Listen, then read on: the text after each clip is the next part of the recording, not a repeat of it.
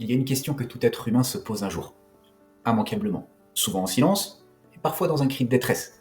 Cette question, c'est qui je suis vraiment. Pas ce que je fais, pas ce que je montre, mais ce que je suis en profondeur. Bien, la réponse, elle est dans la compréhension qu'une de nos racines de notre être, c'est qu'on est une personne unique en communion. Et je me suis rendu compte de cette vérité pour avoir vécu un bouleversement personnel qui a remis en cause mon identité, mes engagements et le sens que j'y avais mis.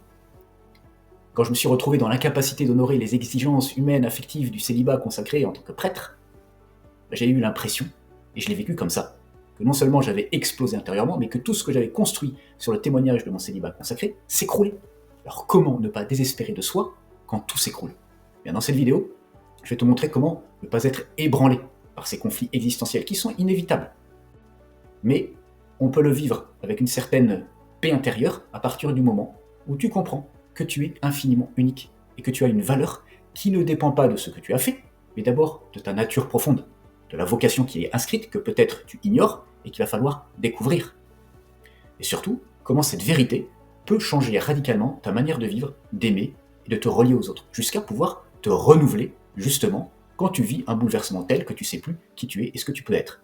Alors, voici le chemin par lequel on va passer ensemble. Première étape, prendre conscience de ta singularité.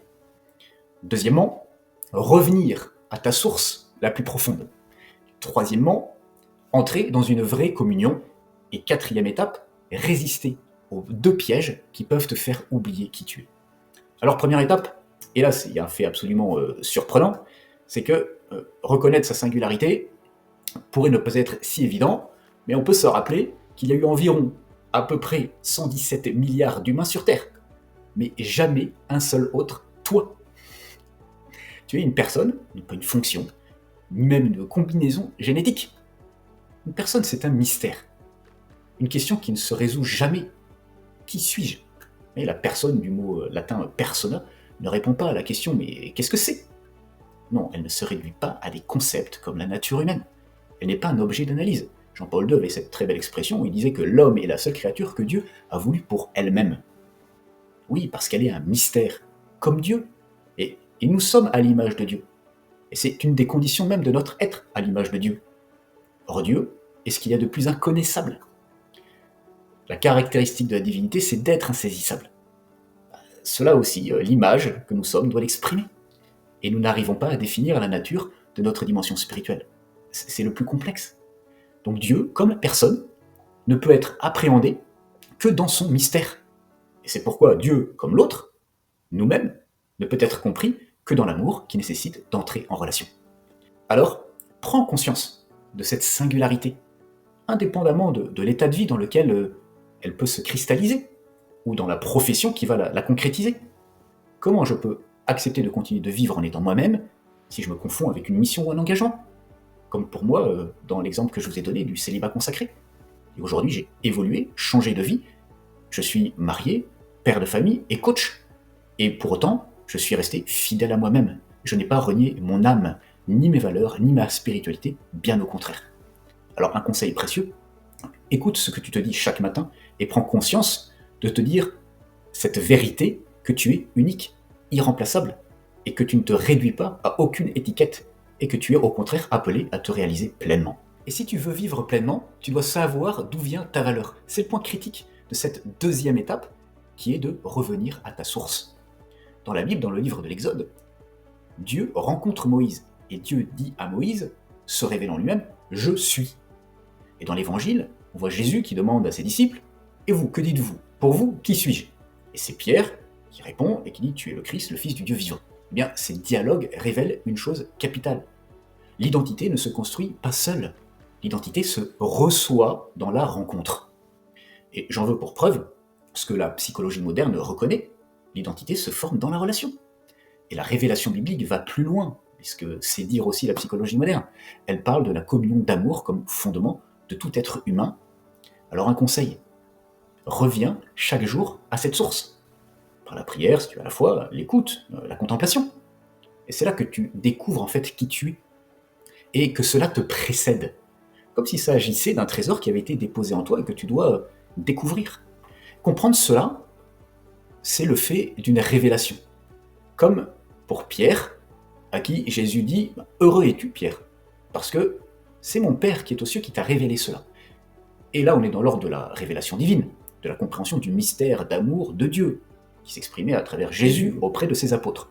Mais ce qui est vrai de la relation à Dieu peut être transposé dans la relation plus humaine, plus naturelle de la connaissance de soi. Parce que humainement, on apprend à se connaître parce que les autres nous révèlent à nous-mêmes.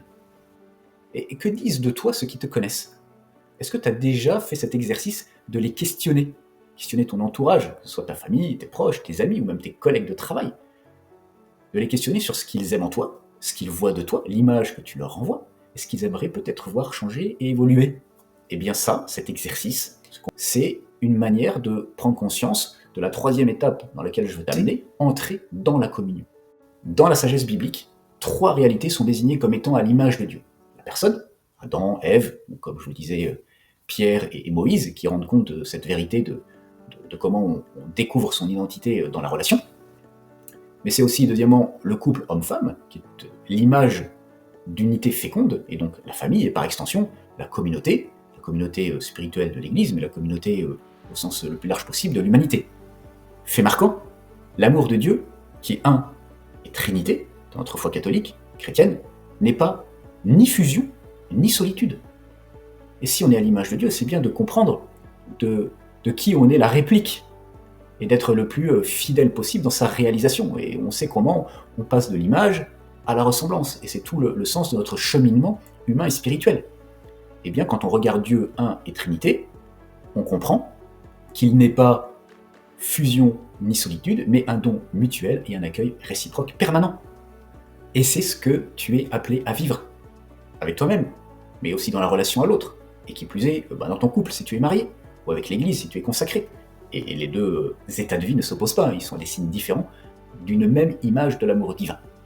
Alors conseil, sors du repli. Cherche des relations où tu peux te donner et recevoir sans te trahir. Et c'est là que la vraie vie commence. Je sais, par expérience, que me nourrissant de la relation, aussi parce que c'est dans mon tempérament, mais pas seulement, parce que c'est une des réalités de mon être, je retrouve de l'énergie dans les échanges que je peux avoir. Que ce soit dans les accompagnements, avec mes accompagnés en tant que coach, mais même dans mes échanges amicaux. J'ai ce ressenti toujours assez vif d'être réénergisé, revitalisé dans les échanges et les rencontres que je peux vivre. Alors, ça c'est très important parce que le point critique sur lequel je vais vous amener maintenant, c'est qu'il y a 2 erreurs qui détruisent l'identité personnelle. Le premier, c'est le collectivisme. Parce que dans ta personne, tu n'es pas un rouage, une pièce dans une mécanique qui serait plus ou moins bien huilée. Et ce collectivisme qui tend à effacer la valeur propre de ta personne, de ton identité, qui pourtant est inaltérable, pourrait se perdre au profit d'un groupe, d'une ethnie, d'un État, d'une idéologie, ou même d'une transcendance. Voilà, c'est tout l'aspect de la privation de nos libertés individuelles, de la capacité à se former, à éveiller une conscience que les États totalitaires s'emploient à faire. C'est aussi le cas de certaines dérives de la psychologie transpersonnelle. Le transpersonnel met l'accent sur la dimension fusionnelle de la relation, et notamment de la relation à Dieu. On voit à travers ça une influence du bouddhisme, où l'existence personnelle disparaît dans le grand tout, comme la goutte d'eau dans l'océan. Alors, à côté de cet excès, de ce piège du collectivisme, eh bien, il y a son pendant dans l'individualisme, où finalement, tu sembles te suffire à toi-même, et tu refuses la relation, et tu te centres sur toi, mais au point d'être finalement toujours plus incité à l'égocentrisme, au détriment d'une ouverture à l'autre et de la communion des personnes. Et résultat, eh bien dans les 2 cas, la communion disparaît. Et avec elle, la joie profonde.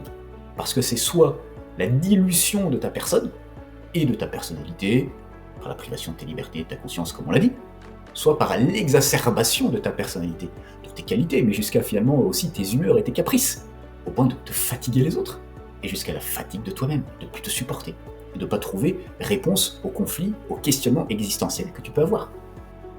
Alors pourquoi est-ce que je défends un développement personnel en tant que coach qui intègre la croissance spirituelle? Parce que sans elle, dans cette conception bien comprise de l'être humain à l'image de Dieu, eh bien on tombe dans un piège du développement de soi qui va jusqu'à la fatigue de soi. Et j'en veux pour preuve, dans les accompagnements que je peux mener, les plus grandes blessures viennent de ces deux extrêmes. Et en même temps, les plus grandes guérisons, c'est quand la personne découvre qu'elle est appelée à la relation librement, sans se perdre, et qu'elle est capable de formuler, d'énoncer clairement quelle est sa vocation profonde. Et justement, quand je reçois des gens, les prenant là où ils en sont, mais qui ont vécu des bouleversements tels, un peu comme ceux que j'ai vécu à travers mon changement d'état de vie, mais ils sont capables de retrouver goût et sens à leur vie, parce qu'ils ont compris que leur vocation elle est précédée, et que même s'ils l'avaient cristallisée dans un état de vie, dans un engagement particulier, pour autant ils pouvaient le renouveler et être fidèles à eux-mêmes, et donc alignés avec leurs valeurs et leur spiritualité, sans renier leur âme. Et ça c'est extrêmement important. Alors avant qu'on se quitte sur cette fin de vidéo, reprenons une dernière fois le chemin que l'on vient de parcourir rapidement ensemble. Premièrement, tu as reconnu ta singularité, ce mystère unique que tu es. Deuxièmement, tu as redécouvert ta source, dans ce Dieu qui t'appelle personnellement. Tu as vu, troisièmement, que la communion est la vocation profonde de toute personne. Et quatrièmement, tu as identifié les deux pièges à éviter pour rester fidèle à ton identité, le repli individuel et la dilution collective. Évidemment, tu l'as compris, c'est pas juste un enseignement, c'est un vrai chemin de transformation. Alors si ce genre d'apport te parle et te rejoint, abonne-toi à la chaîne, like cette vidéo, commente, je répondrai. Et surtout, rejoins la communauté du programme sur la plateforme School. Tu as le lien en description juste en dessous de cette vidéo.